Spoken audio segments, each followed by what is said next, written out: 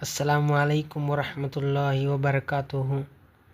سبھی ساتھی کا استقبال ہے ہمارے یوٹیوب چینل FB آصف میں۔ آج ہم آپ کے لیے حضرت جی کا نیو بیان لے کر آئے ہیں، تو تمام ساتھی سے درخواست ہے کہ اس بیان کو دھیان سے سنیں اور دعوت کے ذریعے سے امت تک پہنچانے کی فکر کریں۔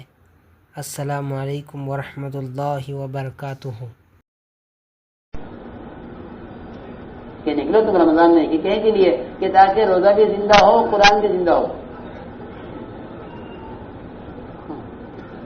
جو لوگ نکلنے کا مقصد نہیں جانیں گے وہ رمضان میں نکلنا پسند نہیں کریں گے کہ نکلنے کا مقصد تو یہ ہے کہ فرائض زندہ ہو، کہ نکلے رمضان میں تاکہ تراویح زندہ ہو، روزہ زندہ ہو۔ ایک جماعت رمضان میں گئی ایک علاقے میں، تو دوپہر کو علاقے والے کھانا بنا کے لے آئے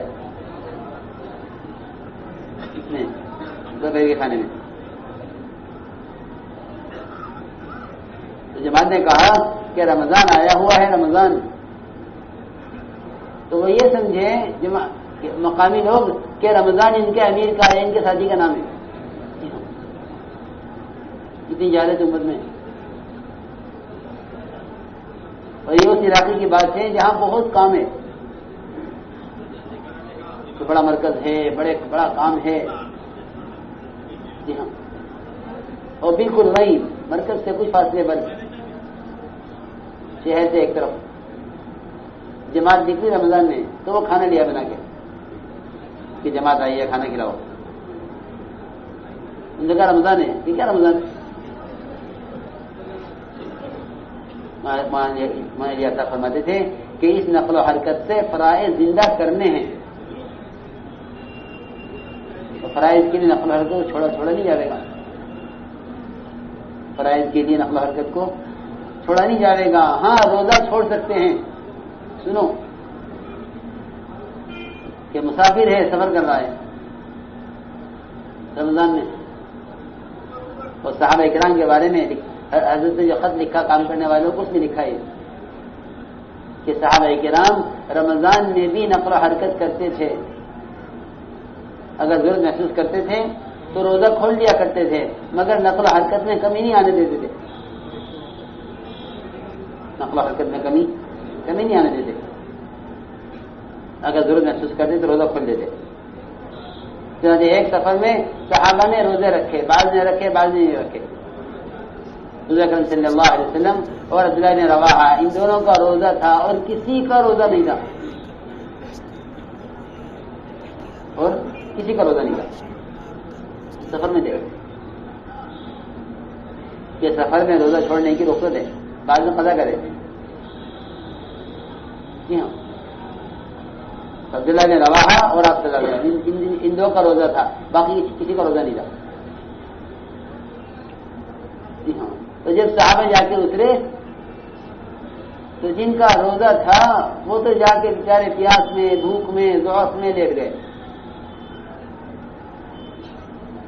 تو جن کا روزہ نہیں تھا، کہ جن کا روزہ نہیں تھا انہوں نے سارے جانوروں کو پانی پلایا، چارہ کھلایا، اور روزے داروں کے آرام کا، راحت کا انتظام کیا، خیمے لگائے۔ تو آپ نے فرمایا کہ آج روزہ کھولنے والے اللہ کے راستے میں خدمت کی وجہ سے روزہ رکھنے والوں سے اجر میں آگے بڑھ گئے۔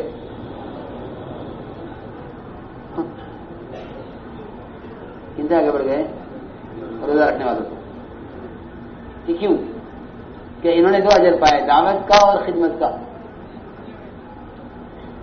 جی ہاں، روایت میں ہے کہ صحابہ کی دونوں قسمیں تھیں، ایک ہی جماعت میں بعض کا روزہ تھا، بعض کا روزہ نہیں تھا، مگر یہ نہیں کہ رمضان کے بعد نکلیں گے کیونکہ روزہ رکھنا ہے۔ اس لیے حضور اکرم صلی اللہ علیہ وسلم نے اللہ کے راستے کی نقل و حرکت کے ساتھ روزے کے فضائل الگ بیان کیے۔ دیکھو سنو، ایک یاد رکھنا عبادات کے فضائل، اور ایک یاد رکھو عبادات کے فضائل دعوت کے ساتھ، عبادت کے فضائل دعوت کے ساتھ، کہ عبادت کی کیا فضیلت ہے خروج کے ساتھ۔ میرے محترم دوستوں، بزرگوں، عزیزوں، اللہ کے راستے کی نقل و حرکت میں جو عبادت کی جاوے اس کا مقام کی عبادت کا کوئی مقابلہ ہی نہیں ہے.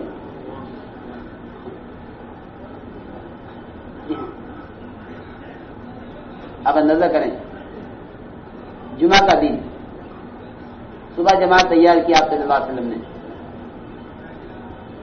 میں آپ کو بتاؤں کہ عبادت کی وجہ سے خروج میں اگر تاخیر ہوگی تو کتنی بڑی فضیلت ہاتھ سے نکل جائے گی. سنو دھیان سے، اگر عبادت کی وجہ سے اللہ کے راستے میں نکلنے میں تاخیر کی تو کتنی بڑی فضیلت ہاتھ سے نکل جائے گی. اس کو دھیان سے سننا.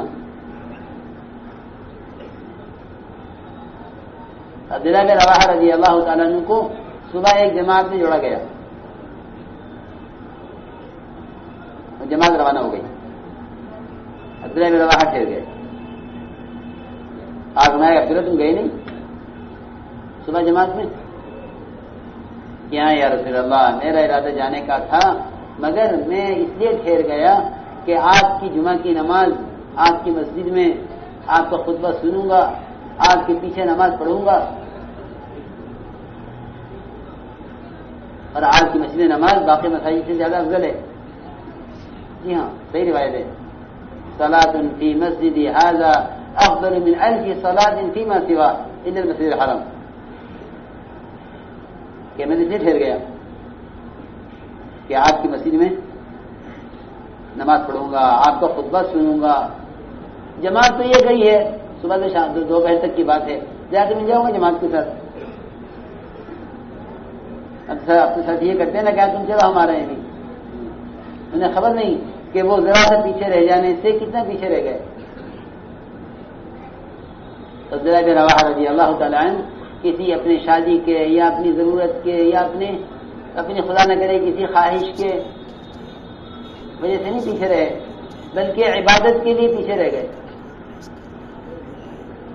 اس کے لیے ہاں عبادت کے لیے کہ میں تو جمعہ کی نماز اللہ کے نبی کے پیچھے پڑھ کے آؤں گا تاکہ مجھے یہاں کی فضیلت بھی حاصل ہو جائے، آپ کی جمعہ کی نماز کی اور اللہ کے راستے کی بھی فضیلت حاصل ہو جائے. اس کے لیے تاخیر کی نکلنے میں. تو آپ ہمارے عبداللہ بن رواحہ تمہیں معلوم ہے وہ لوگ کتنے آگے بڑھ گئے؟ آج کیا کہ ہاں یا رسول اللہ معلوم ہے وہ صبح گئے ہیں، میں دوپہر کو پہنچ جاؤں گا. روایت میں صبح سے دوپہر تک کی بات ہے. تو میں عبداللہ بن رواحہ صبح نکلنے والی جماعت تم سے 500 سال آگے بڑھ گئی ہے. کتنے سال؟ 500 سال آگے. عبداللہ بن رواحہ ایک روایت میں ہے کہ تمہارے اور تمہاری جماعت کے درمیان اتنا فاصلہ ہو گیا جتنا مشرق مغرب کے درمیان ہے. اتنا فاصلہ ہو گیا جتنا مشرق مغرب کے درمیان فاصلہ ہے.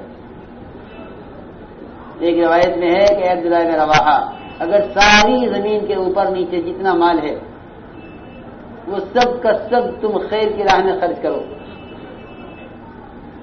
اس میں خیر کی راہ میں خیر کے کاموں میں خرچ کرو، ساری دنیا کا مال تمہارا ہو جائے تو تم سارے مال کو خیر کی راہ میں خرچ کرو اخلاص کے ساتھ میں. جی ہاں، تو تم صبح نکلنے والی جماعت کی فضیلت کو حاصل نہیں کر سکتے. جی ہمارے ایسا فرماتے تھے کہ اللہ کے قرب کا اور ترقی کا اتنا یعنی تیز رفتاری کا راستہ ہے یہ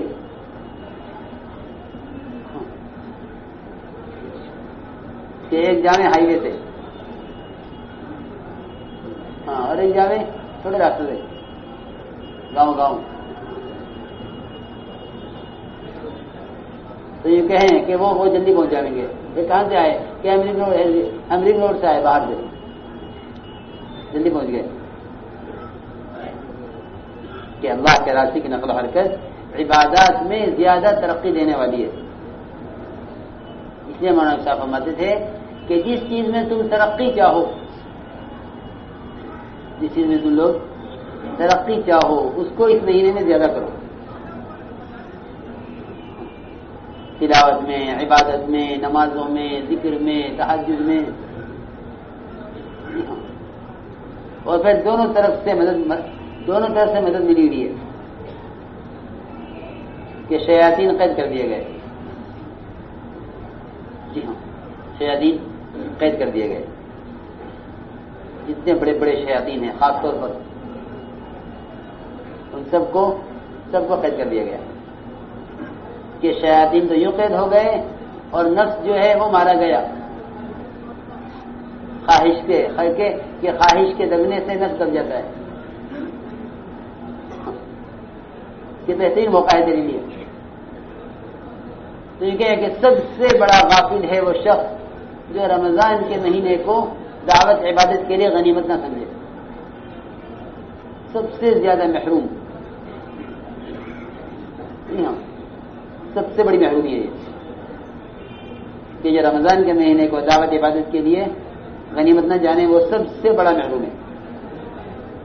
کیونکہ اس سے بڑا محروم کون ہوگا کہ جس کی محرومی پر جبرائیل بددعا کر رہے ہیں اور اللہ کے نبی آمین کہہ رہے ہیں.